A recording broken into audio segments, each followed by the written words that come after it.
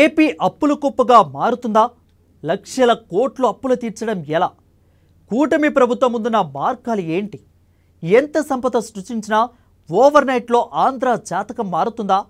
హైదరాబాద్లో అమరావతి అభివృద్ధి చెందాలంటే ఎంత కాలం పడుతుంది? అసలు అప్పుల్లో నుంచి ఏపీ బయటపడాలంటే ఎలా?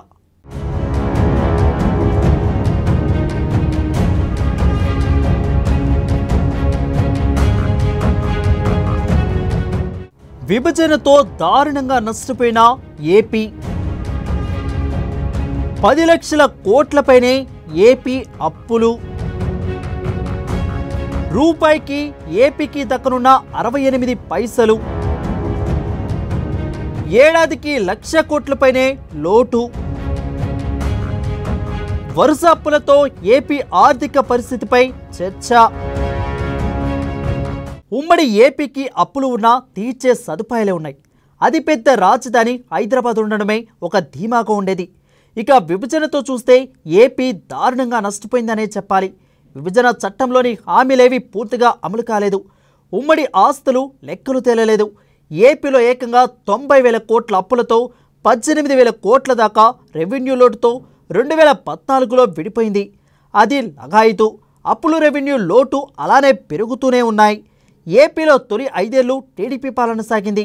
అప్పులు దాదాపుగా 3.5 నుంచి 4 లక్షల కోట్ల దాకా ఆ ప్రభుత్వం చేసిందని వైసీపీ అధికారంలోకి వచ్చాక లెక్క తేల్చారు.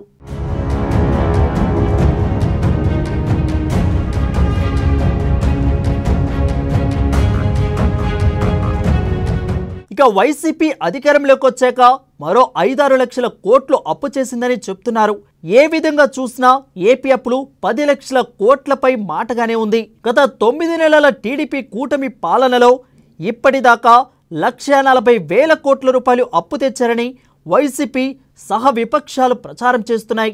ఈ క్రమంలో కూటమి ప్రభుత్వం ఇటీవల అసెంబ్లీలో ప్రవేశపెట్టిన 3.22 కోట్ల రూపాయలు భారీ బడ్జెట్ చూస్తే ఏమున్నదని గర్వకారణం అనిపించక మానదన్న నిపుణుల మాటగా ఉంది. ఏపీ బడ్జెట్లో ఏకంగా 1,00,000 కోట్ల రూపాయలు లోటు ఉంది. దాన్ని ఎలా పూడుస్తారు అన్నది చెప్పలేదని అంటున్నారు విపక్షాలు. అలా 1,00,000 కోట్ల రూపాయలు అప్పులు చేస్తే కానీ ఈ బడ్జెట్లోని కేటాయింపులు పూర్తి చేసినట్లు కాదని అంటున్నారు.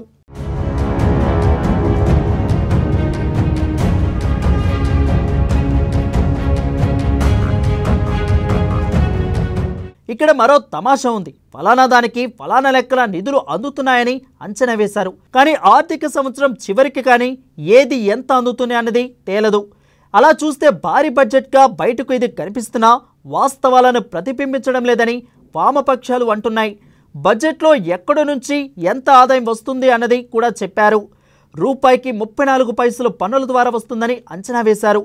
కేంద్ర పన్నులలో వాటగా మరో 18 పైసలు వస్తుంది. ఇతర ఆదాయాలను చూపించారు. అలా మరో 6 పైసలు వస్తుంది. అంటే ఇవి ఖచ్చితంగా దక్కే ఆదాయంగా చూడాలన్నమాట. కేంద్రం ఇచ్చే గ్రాంటులు మరో 10 పైసలు కూడా కలుపుకుంటే 68 పైసలు రూపాయికి ఏపీకి దక్కుతుంది.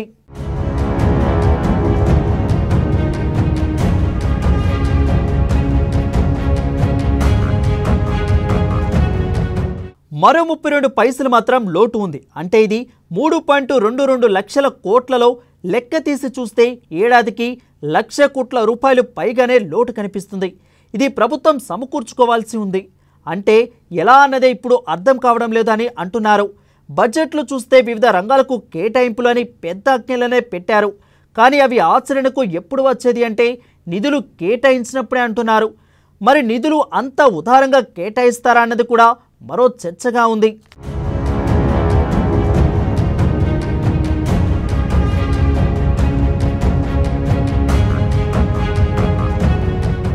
దీని మీద ప్రభుత్వం అయితే ఏమీ చెప్పడం లేదు. లోటుని భర్తీ చేయడానికి ప్రభుత్వానికి ఉన్న మార్గాలు రెండే. ఒకటి భారీగా అప్పులు చేయడం, రెండవది దారుణంగా పన్నులు వడ్డించేసి జనాల మీద బాధుడు మొదలెట్టడం. ఈ రెండిటిలో పన్నులు వేస్తే కనుక జనాల నుంచి రాజకీయంగా ఇబ్బందులు వస్తాయి.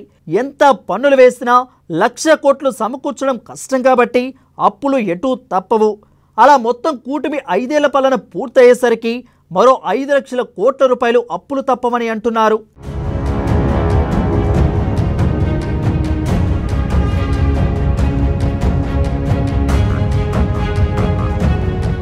ఇప్పటిదాకా చంద్రబాబు తొలి 5 ఏళ్ల పాలన అప్పులు, ఆ తర్వాత జగన్ పాలన అప్పులకు, కూటమి పాలన అప్పులు తోడు అయితే ఏపీ ఆర్థికంగా ఎక్కడికి పోతుంది అన్నది చర్చగా ఉంది.